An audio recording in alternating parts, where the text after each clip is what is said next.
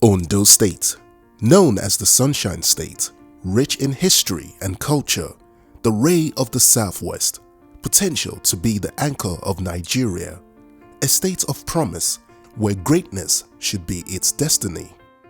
However, today the story is slightly different. With crippling infrastructure, non-existent education, plus a failing healthcare system, which has led to the state not being able to fulfill its full potential. A generation lacking in hope due to ineffective leadership. But this can all change this year through the leadership of a man born of the state in Akure. As a young boy, he always knew he was destined to make a difference in society. This has taken him on a journey of excellent academic achievements, from the grounds of Obafemi Awolowo University to the grand halls of the prestigious Holborn College of Law. He has established himself as one of the most respected lawyers in Nigeria and sits on the board of several companies and educational institutions, all before the age of 40. He is also a family man who is blessed with a beautiful wife and 3 boys.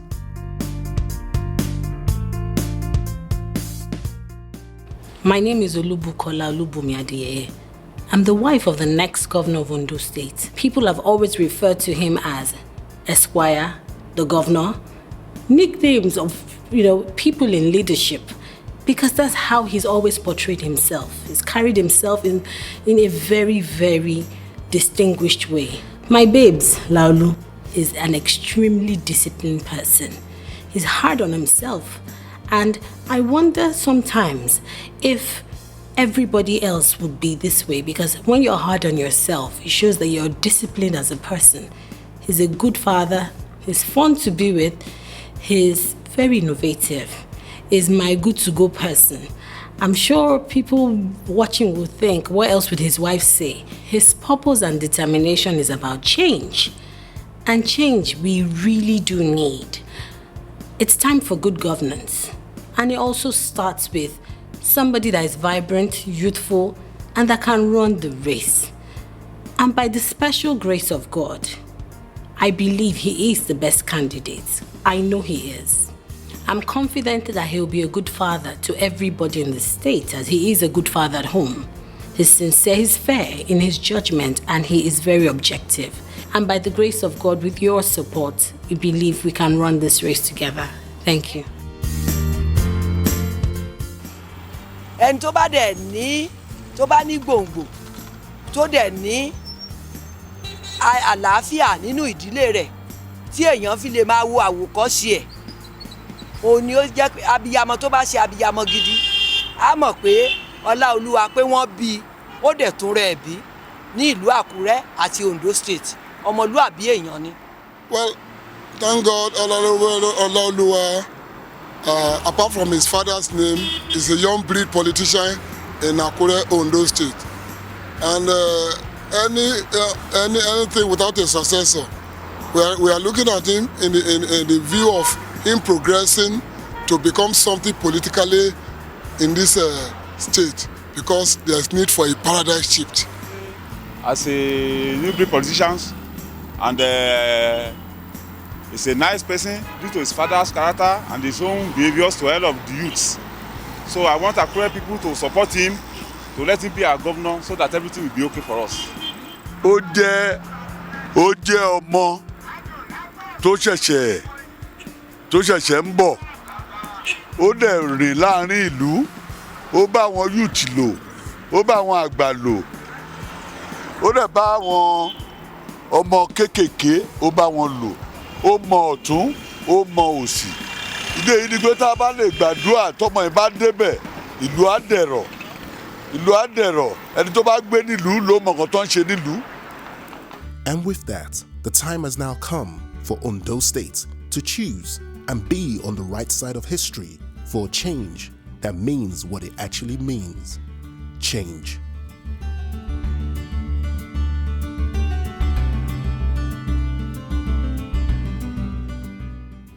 My name is Michael Olaoluwa Adeyeye. I'm an indigene of Akure, in Akure South local government area of Ondo State. I have decided, because I know the state so well, and I have seen what the state needs to contest the forthcoming governorship elections in the state on the platform of the best party in Nigeria, the All Progressives Congress, APC. Why have I decided to come out of my comfort zone? I have seen a state that I so much love, a state that is laden with potential. I have seen it gone into decline. I have seen it falling apart. And I have become provoked enough in myself that I decided to come out of my comfort zone and get involved in rebuilding a state of our dreams. Some of the key areas in which we have seen and experienced decline in Ondo State, education is one. In the past 5 years, Ondo State has spent in excess of 50 billion naira on its educational sector. There are over 1,000 public primary schools and over 1,000 public secondary schools. Yet, with all of this expenditure, we rank 13th in the nation. Ondo State used to be number 1. We want to turn this around, and very simply, by focusing on the teaching resources available, free and compulsory primary education for every child in the state, free secondary education, and I repeat, free secondary school education for every child in the state, implement a regime of maintaining existing infrastructure. We would inject needed infrastructure into our educational institutions where there is none, but we will focus on the teaching faculty. We will train and retrain our teachers, a system of continuous professional development that would expose them to learning new skills every year, new teaching methods, exposing them to using state-of-the-art equipment in their chosen profession of teaching. We would hire new teachers to replace retiring ones, which hasn't happened in a very long time. An educated state is a prosperous state, and that is our goal. Youth unemployment in Ondo State is not just a crisis, but an emergency. An emergency that possibly flows through from the decline of our educational sector. An emergency that affects every sphere of community. An emergency that affects the stability of our security. An emergency that affects every fabric of our society. We will repair that situation. We would establish a back-to-work scheme. We would focus on apprenticeships. We would bring young people together into a pool that will be captured by 3 job centers that will be established as soon as we get into office in each of the 3 senatorial districts. We will partner in establishing those job centers with institutions and private enterprise that have a track record in recruitment and putting people back into employment. The ones that are ready for employment, we will channel into employment as the opportunities come up. The ones that are ready for apprenticeships, we'll put them into apprenticeships. The ones that want to go into agriculture, we will form into youth clubs that are then aided to go into agriculture. The ones that need retraining in order to become employable, we would also assist with retraining. And technical schools would receive a lot of attention from our government. I am confident that Ondo State would not only be successful in attacking the problem of youth unemployment, but will become a model for this nation and for other states to follow. Infrastructure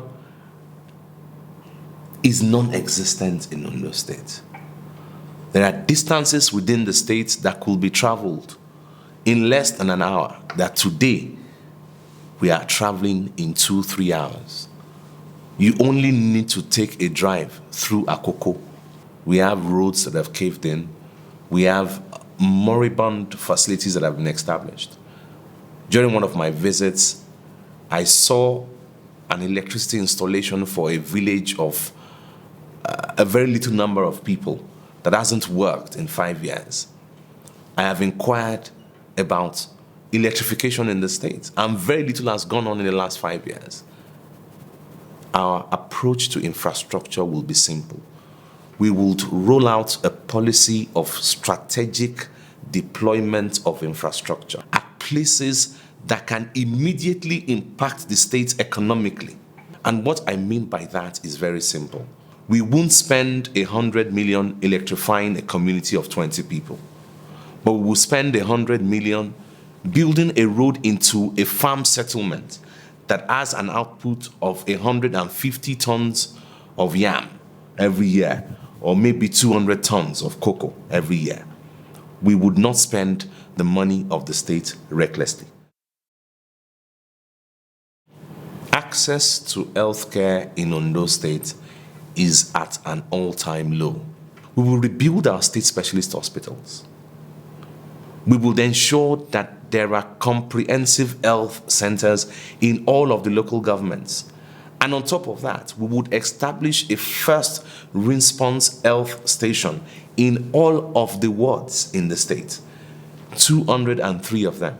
Ondo State has produced a great many number of doctors who now practice in other states in this nation and more in diaspora, in the United States, in the United Kingdom, and across the world. We will tap into this resource strategically and consult with stakeholders to work out a program of giving back to their roots. And we have already spoken at different forums to these people who want to come back and periodically support the health system of the state with their specialty and with their newly acquired skills. People will stop dying needlessly. We will stop relying on the provisions of the federal government in form of the Federal Medical Center in Owo to rescue us from untimely death. We will bring back access to health, free on quite a number of occasions, and where there's need to pay, it will be a token that will be subsidized by the state government. And that is our program for the health sector. Distinguished ladies and gentlemen, once again, my name is Olaoluwa Adeyeye, and I am a candidate that represents a people. I am a candidate that represents the interest of a generation that have been hitherto marginalized in governance, not only in Ondo State, but in the nation. I am ready and I am prepared. My education, my exposure, my faith, and my passion for the people of Ondo State have all come together to prepare me for this time. Age, youth is also an advantage, because indeed 60+% of the indigents of Ondo State are young people. And it is our time. Our time is now.